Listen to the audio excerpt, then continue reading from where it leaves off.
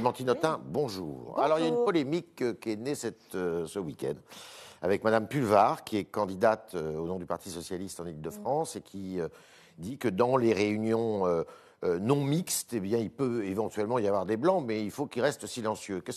Comment vous interprétez ça et qu'est-ce que vous dites? D'abord, permettez-moi d'exprimer une forme de lassitude devant ces polémiques qui prennent une place assez délirante dans le débat public, en pleine crise sanitaire, dans un moment où il y a un carnage social incroyable, et ce week-end, ce qui pour moi était plus important, la marche pour le climat.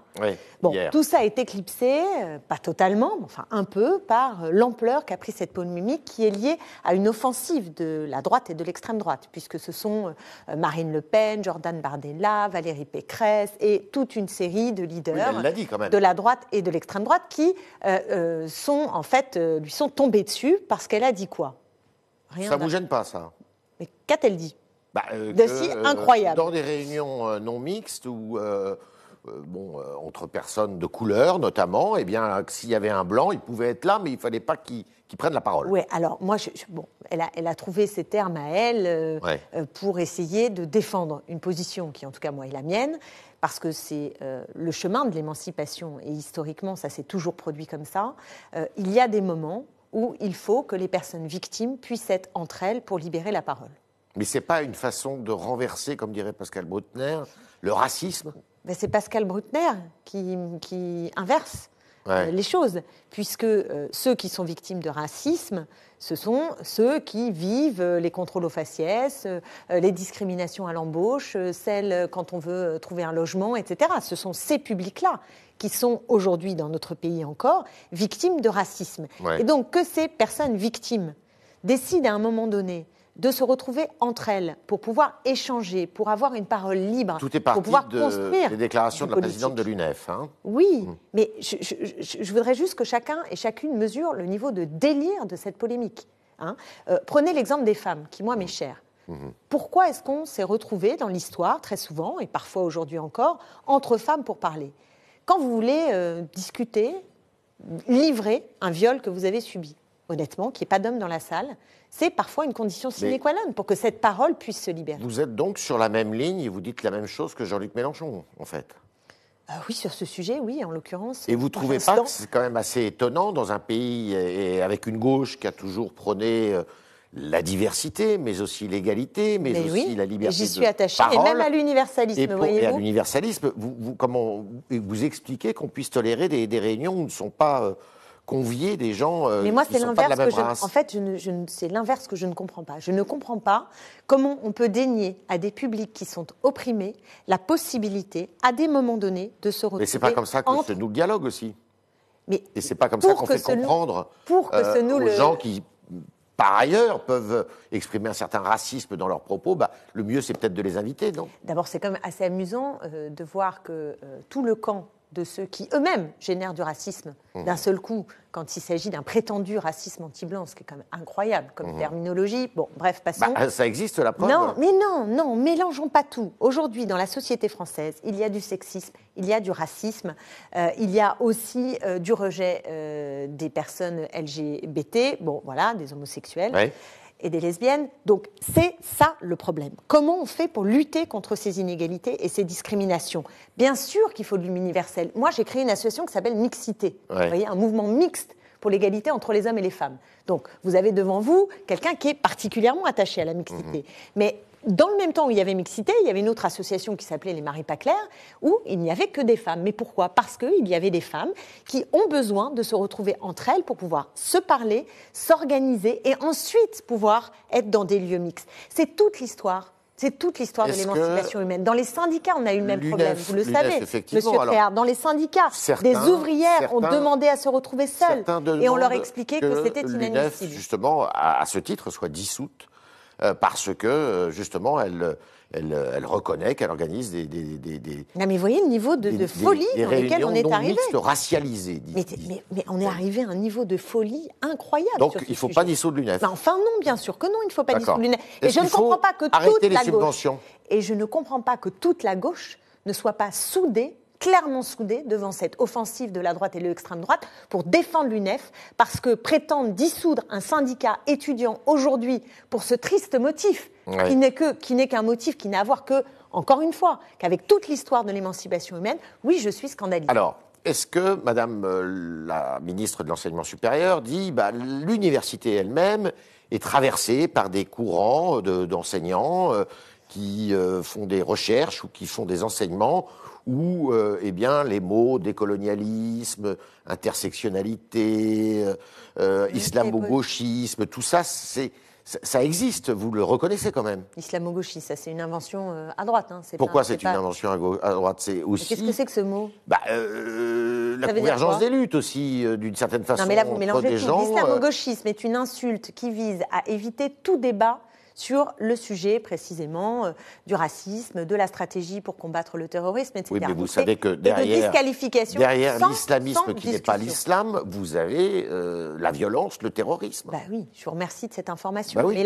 Mais ça veut dire quoi, islamo-gauchisme? Mais il y a une espèce de bienveillance qui circule dans les rangs de la gauche, non? Non, il n'y a aucune bienveillance dans les rangs de la gauche sur...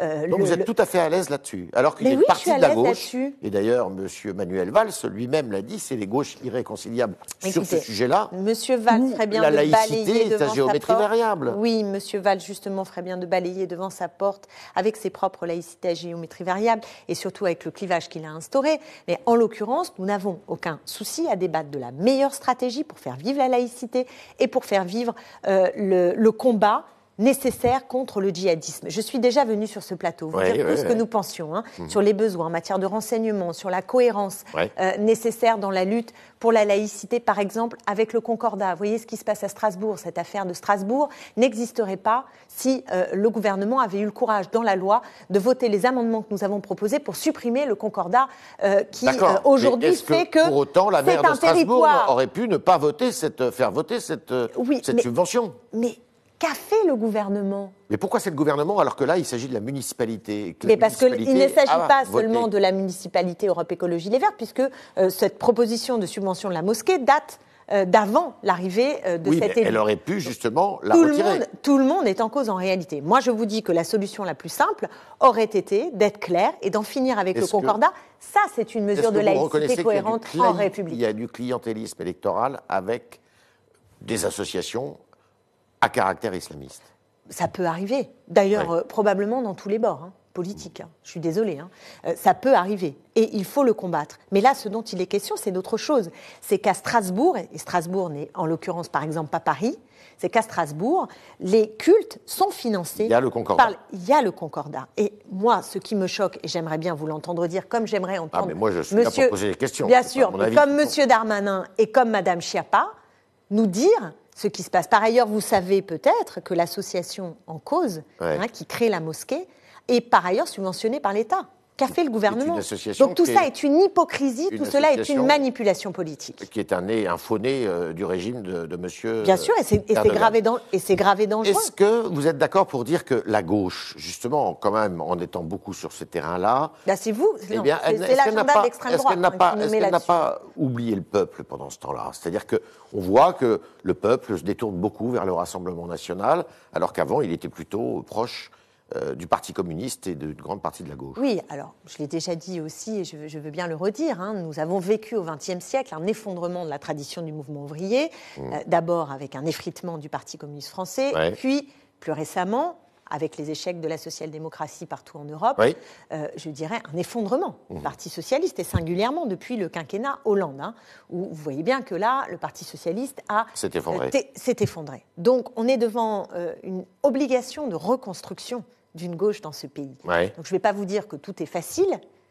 mais nous sommes au travail, et ce travail doit se faire à partir de discussions au sein des gauches et des écologistes, mais qui soient des discussions franches sur les sujets essentiels pour pouvoir avancer. Il y a des élections régionales, normalement, on va voir si elles ont lieu, mais dans la deuxième quinzaine du mois de juin, vous êtes candidate pour la France Insoumise en Île-de-France, et on s'aperçoit que dans les Hauts-de-France, c'est-à-dire au nord de la France, dans cette région, eh bien, les partis de gauche ont réussi à se mettre d'accord pour être derrière Karima Delli, qui est la candidate écologiste, mais le Parti socialiste, le Parti communiste et le Parti La France Insoumise se sont rassemblés derrière.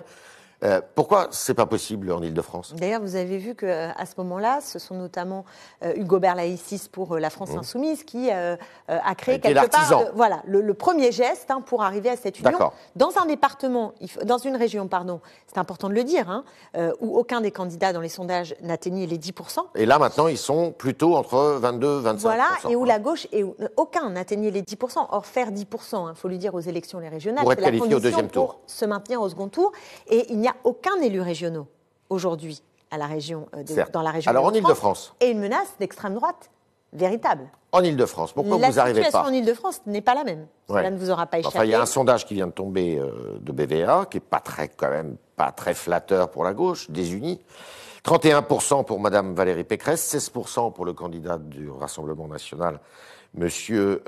Bardella, 15% pour le candidat de la majorité présidentielle, M. Saint-Martin, et puis après, Mme Pulvar pour le Parti socialiste à 12%, M. Bayou pour les écologistes à 11%, et vous à 9%. Mais si vous unissiez vos efforts, peut-être que vous pourriez davantage peser. Alors, d'abord, au premier tour, unir ses efforts, je fais juste ce petit rappel électoral. 1 plus 1 plus 1, ça ne fait pas toujours 3. Voilà. Donc, il faut, c'est un scrutin où il y a 2 tours. Moi, j'ai demandé très tôt à ce que Audrey Pulvar et Julien Bayou s'engagent très clairement devant les électeurs de gauche à dire qu'au second tour, s'ils sont en tête, comme je m'y engage, moi, si je suis en tête, je m'engage à mettre toute mon énergie pour que nous ayons une liste de rassemblement au second tour. Si vous êtes tous les trois au-delà, enfin, non, même s'il y a un, voilà, il faut qu'il y en ait un qui soit au-delà de 10%. Il suffit d'une liste et nous... Vous le ferez? Ah oui, je m'y suis engagée depuis le début, très clairement. D'accord. Ensuite, est-ce qu'on peut faire mieux? Est-ce qu'on peut essayer, dès le premier tour, de se rassembler? Je vois que les choses sont compliquées. Monsieur Bayou avait fait une proposition à laquelle j'avais répondu favorablement. On ne me répondait pas sur le second. J'ai été étonnée qu'on ne me réponde pas sur le second et que d'un seul coup, il y ait une proposition pour le premier. Pourquoi pas? Allons-y. Moi, j'ai dit tout de suite ma disponibilité. À ce jour, je n'ai aucune proposition pour que nous ayons une réunion. Donc, c'est pas aussi simple que cela. Qu'est-ce qui vous distingue les uns et les autres? Moi, j'ai dit, j'ai pas du tout envie de jouer au jeu des 7 différences dans cette élection. Chacune peut constater que nous n'avons pas la même histoire, nous n'avons pas les mêmes engagements politiques. Mais par le passé, vous avez fait cause commune aussi. Et il s'agit aussi de faire cause commune au second tour. Voilà. Mais je ne vais pas jouer au jeu des 7 différences maintenant. C'est aux électeurs et aux électrices de trancher. Moi, si je suis en tête, je veux ce rassemblement, j'y tiens. Et je fais le pari, un peu contraint, puisque les discussions n'ont pas eu lieu pour le premier tour, à un moment où il aurait été sage de le faire, notamment en septembre, octobre, novembre, où Julien Bayou, par exemple, a dit qu'il voulait le rassemblement, mais uniquement du pôle écologiste, où Audrey Pulvar s'est lancée en s'adressant à tout le monde, sauf à la France Insoumise. Donc j'ai pris acte de ce paysage, et maintenant, je crois que nous devons, chacune, chacun, faire au mieux, rassembler sa famille politique et au-delà, et tenter de nous hisser le plus haut possible, parce que si, au second tour, l'addition fonctionne, voire même permet une dynamique, dans le cadre d'une quadrangulaire, rien n'est joué et nous pouvons gagner la région Île-de-France. Vous vous souvenez de 2015, avec cette élection régionale, M. Bartolone, pour la gauche, candidatait, et il a été plombé, sa campagne a été plombée, justement parce qu'il estimait que Mme Pécresse était une forme d'incarnation de la France blanche, et ça n'avait pas plu. Les propos de Mme Pulvar peuvent-ils la handicaper de la même façon? Écoutez, ce que je constate, c'est que dans ses propres rangs, il y a eu visiblement beaucoup de gêne, puisque les socialistes ne se sont pas bousculés au portillon pour défendre Mme Pulvar. Donc je ne sais pas comment cela va évoluer. Moi, je pense que les propos d'Olivier Faure ce matin, disant qu'il reconnaissait aux victimes le droit de se réunir entre elles, me paraît être un pas important. Et j'espère qu'au Parti socialiste, on va comprendre ce que sont aujourd'hui les opérations de la droite et de l'extrême droite, où ils veulent nous emmener sur leurs agendas politiques, sur leur terrain, et nous faire reculer sur ce qui est notre cœur de fondement à gauche, c'est-à-dire le combat pour l'émancipation humaine, et qui passe par la possibilité des opprimés de participer à la lutte et de libérer leur parole. On est avec Clémentine Autain ce matin dans les locaux du Figaro, et on continue ce talk avec vos questions, chers internautes, qui sont posées par Sacha Beckerman.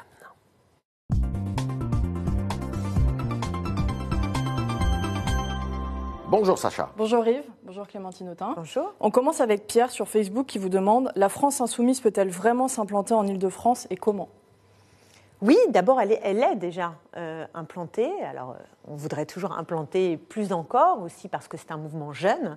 Là, dans cette campagne, je fais campagne avec les Insoumis, les communistes, le mouvement aussi de Gérard Filoche, GDS, peut-être d'autres avec qui nous discutons. Et donc là, ce dont il s'agit, en tout cas dans la campagne régionale, c'est en effet de se déployer sur l'ensemble du territoire et de faire grandir l'espoir d'être en tête à gauche le soir du premier tour. Autre question. On continue. Jean-Christophe Lagarde, député UDU de Seine-Saint-Denis, a appelé ce matin à la fermeture des écoles, alors que le taux d'incidence du département, c'est l'un des plus élevés de France. On parle du Covid, là. Exactement, pardon. Y êtes-vous favorable, vous demande Maxime. En fait, je suis très, très en colère sur la question des écoles, vue de la Seine-Saint-Denis en particulier, puisque la situation est dramatique, les taux d'incidence y sont beaucoup plus élevés, le nombre de fermetures d'écoles, l'école de Drancy est devenue un triste symbole de ce qui ne va pas, et donc là je me retourne vers le ministre Blanquer, dont on se demande vraiment ce qu'il fait à part de la communication sur des choses y compris fausses. D'abord, ces protocoles qui se suivent et sont inapplicables. Franchement, j'ai pas de mots, mais je veux dire, c'est insupportable pour la communauté enseignante. C'est-à-dire que vous arrivez, on vous dit... Vous êtes pour la fermeture des écoles ? Je réponds à la question. Ouais. Moi, ce qui me paraît le plus important aujourd'hui, c'est des masques FFP2, Ouais. d'accord, des protocoles sanitaires qui ressemblent à quelque chose et qui ne donnent pas davantage de travail que de solutions. Les tests salivaires ont été un fiasco, donc comment est-il possible qu'on n'arrive pas à tester dans les écoles ? Et enfin, la vaccination. Quel engagement prend le gouvernement d'une vaccination rapide des personnels enseignants qui devrait être prioritaire ? Pourquoi je vous dis tout ça ? C'est parce que l'objectif, pour moi, ce n'est pas de fermer les écoles. Mais pour ne pas arriver à ce stade ultime, encore faut-il qu'on ait un pilote dans l'avion. Or, M. Blanquer met en danger aujourd'hui les enseignants. Il met en danger les enseignants. Des élèves aussi, mais les enseignants qui sont évidemment plus vulnérables que les enfants. Ouais. Et là, il y a également beaucoup d'angoisse. Et je salue d'ailleurs l'initiative qui a été prise par la FSU de nous la Fédération des parents d'élèves. Parents d'élèves. Non, la Fédération. Voilà, qui fédération de gauche de parents d'élèves, voilà. Voilà, qui appelle à un printemps des parents, mercredi à 18h. Et donc, je pense que c'est bien qu'on aille tambouriner devant les instances. Le rectorat. Le rectorat. Le ministère, pour dire que si on veut nos écoles ouvertes, alors il faut que nous ayons suffisamment de moyens et toutes les garanties. On continue avec Tom sur Twitter qui fait remarquer que Valérie Pécresse a favorisé les lycées privés au détriment des lycées publics. Résultat, les lycées sont surchargés, dégradés et aucun projet n'avance. Quelles seraient vos propositions sur le sujet ? Est-ce vrai, ça, d'abord ? Elle aurait favorisé les établissements privés, Mme Pécresse. Ah, mais clairement. Mais à un point, vous n'imaginez pas. C'est Qu'est-ce considérable. Qui vous permet de le dire, les budgets. Ouais. Les budgets, en fait. Y compris, elle a financé des établissements très limites, du point de vue du contenu, de l'enseignement. Je pense à Espoir Banlieue, qui est un réseau d'écoles privées qu'on n'était pas obligé, que la région n'était pas obligée de subventionner. Et ce sont des sommes colossales qui ont été données, par exemple, à Espoir Banlieue. C'est-à-dire des sommes colossales, combien ? Je n'ai pas le chiffre là à l'instant en tête, mais rassurez-vous, il est dans mon livre qui sortira. Alors vous sortez un livre, Pouvoir vivre en Île-de-France, voilà. Qui sort au seuil le 6 mai. Je ne veux pas vous dire une bêtise de chiffres, mais en tout cas, ce sont des sommes qui sont des sommes colossales. Et ce n'est pas simplement ça, parce que c'est aussi des aides pour, par exemple, rénover les établissements. Or, quand on voit l'état des établissements publics, on se dit qu'il y a d'autres priorités, normalement, quand on est républicaine, laïque, et la priorité devrait être donnée aux établissements publics. C'est l'engagement que je prends, c'est-à-dire que si je suis demain présidente de la région, je peux vous assurer que la priorité sera donnée aux établissements publics en termes d'investissement et de soutien, contrairement complètement à ce qu'a fait Mme Pécresse. Dernière question. On repart sur le Covid. Vous avez dénoncé une certaine soumission à l'égard des grands groupes sur la question des vaccins. Wouf fait remarquer sur Twitter que sans leur force de frappe et leur puissance financière, il aurait été impossible de sortir un vaccin en moins d'1 an. Qu'est-ce que vous lui répondez ? Est-ce que ce n'est pas la compétition qui fait l'efficacité dans la recherche du vaccin ? En tout cas, c'est une vraie question. Parce que presque c'est l'essence du capitalisme qui est posée là. C'est-à-dire, est-ce qu'on peut avoir un autre moteur dans la vie que la concurrence entre des groupes privés et l'appât du gain ? Et l'appât du gain, de l'argent, c'est-à-dire dégager des profits. Moi, je pense qu'on peut trouver mieux. Oui, je pense qu'on peut avoir dans des structures publiques de l'émulation et que le bien commun, agir pour le bien commun, est aussi un formidable levier pour être compétitif. Vous voyez ce que je dis, pour se dépasser. Il faut lever les brevets. Il faut lever les brevets. C'est ça l'urgence aujourd'hui, c'est lever les brevets, produire. Rendez-vous compte qu'en France, à l'échelle de l'Union européenne, on a commandé 2 milliards de doses de vaccins et on en a 70 millions. Et pourquoi on n'en a que 70 millions ? C'est qu'en fait, on les a payés à un prix pas trop cher et que les premiers qui sont honorés par les grands groupes sont des pays qui ont payé plus cher. Donc c'est bien une logique de compétition par l'argent qui nourrit la possibilité ou non d'accéder aux doses avec une très concurrence. très cher, vous seriez monté. Mais parce que oui, je serais monté. Vous auriez dénoncé cela. Je serais monté dans les tours parce que ce qui me rend malade, c'est qu'un groupe qui produit des vaccins puisse dégager, je pense à Pfizer, il dégage des marges de 20 à 30%. Bon, ces 20 à 30% de marge, j'aimerais mieux qu'ils soient réinjectés pour produire des vaccins. Par ailleurs, la concurrence est une folie, parce qu'on va à moins de mètres, et encore, même le mur du Mexique n'empêcherait pas qu'il y ait une circulation du virus. Donc on est interdépendants. Donc dès lors qu'on est interdépendants, il faut que la vaccination soit la plus rapide et se fasse pour l'ensemble de la population mondiale.